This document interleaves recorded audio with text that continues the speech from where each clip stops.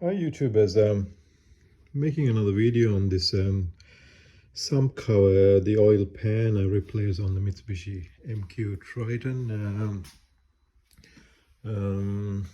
Just thought I'll make another video to show you guys the damage which was on the sump, which caused the oil to leak. So on the outside there was a little tiny crack there, as you can see. Looks like it hit somewhere there, something. And when you look this, so put a bit of bog there, temporarily hold it together. But when you look on the inside, oh shit, it's quite a big damage there, as you can see. See that crack there? So these alloys, even though it looks quite small on the outside, the inside has fractured a fair bit. I mean, you could fix it. I might get some silver solder, silver bronze, not solder, silver bronze. Probably a high percentage bronze, maybe 15-20% silver. They're like $20-30 a rod at Bunnings, I think. Give it a clean and see if we can fix that. Just could be another video we could make. So just thought of I'll do the car, then show you the damage. So in terms of the car, it's been quickly grab the torch. We put the cover in last night. Have a look at my other video where I detailed how I installed it. I mean, there's lots of other videos. I'll show you the torque settings before you go there. Can't believe this bloody book fell down. Here's my Triton book with all the electricals and everything in it. So the sump cover was 11 plus or minus 3 the sump cover bolts. So lucky I had a torque wrench which can do 11. There's a 1/4 inch digital torque wrench, so you press that. So I think I left it at 14, and then you got to press the UC button to set. And so I torqued it after 1 hour. So I installed it, hand torqued it, and then did the last bit after 1 hour. Let's roll this. I'll put it in the front. Safety.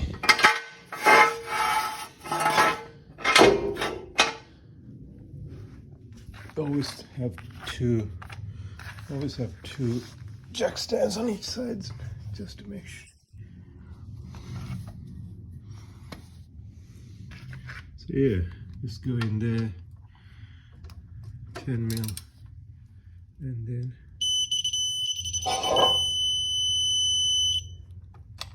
I'm on peak. Am I on peak? I'm not. Should I put on trace? So it should have trace. So when that red light comes, that means it's got the full torque, I think. What does that say? 12, yeah. So I just went all the way around, put 2 new bolts, put copper anti-seize inside the bolts and everywhere. So these are torqued to 105 plus or minus 10. Because I got anti-seize, I dropped the torque down to 30% low, so I did them to 80. Because you always remember, if you got any lubricants on the nuts, on the bolts, they had to be torqued down 30% low. Because the manufacturer specifications are always dry torque. If you got any type of oil or anything, unless it's specified, saying like your engine head bolts says always put oil and then torque it, so they have to be the set torque. Or the injector bolts say dip them in oil and install it to the spec. So you got to follow those ones. Whereas these ones are dry torque. So if you got a bit of oil in these bolts, drop it down 30% 30% is the it's actually quite a really good video. I watched a couple of few months ago about a guy detailing the yield. So the yield strength of bolts. So what happens is when a bolt is stretched, I'll draw a bit of a graph. So that's your elongation, which is how much it stretches. That's your force or your pressure, force divided by area. So it goes like that, and after a certain peak it drops.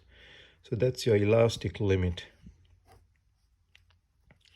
and that's your plastic and then failure. So you need to torque it between these values. So say if it's 110 will be here, with oil it still be 110 there. So when you take it off and redo it, the nut will shrink a little bit back, and then the bolt will shrink a little bit back, and then tighten it so it doesn't completely get plastic like a fully stretched. Hope it makes sense. So there's bolts 105 plus or minus 10, 108 plus or minus 10. You got to put that bolt for the transfer case mount. That was 90, that one there. 17 mil. These ones I've got them. The old ones were quite rusted, so these are new grade 8 high tensile bolts. So they are 108 plus or minus 10. They're 19 mil. Then you do that, put the engine sump, I think that was 35 Newton meters. And then you got to come back in the front. Remember we had to do the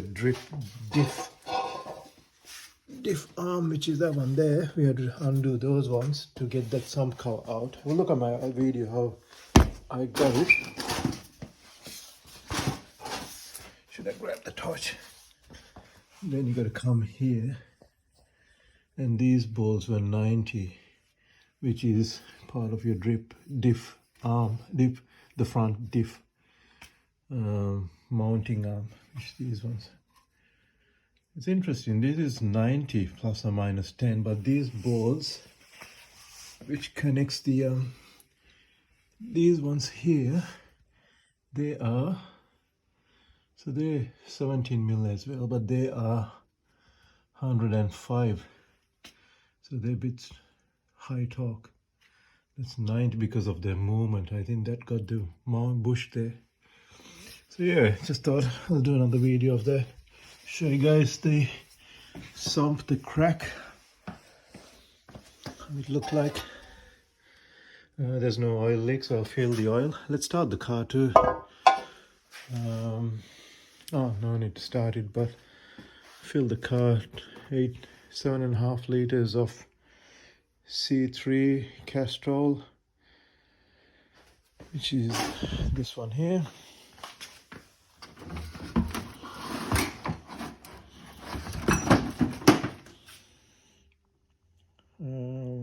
So fully synthetic, and then I put 1 liter of the Lucas oil stabilizer, so 7.5, 8.5 all up, and there's no leaks at all.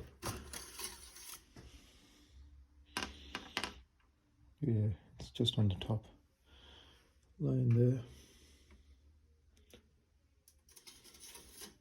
Take the spin after this. Alright, thanks for watching guys. Just hopefully it'll be informative to someone who's done a bit of damage and wants to replace the oil pan sump car. Take care, bye.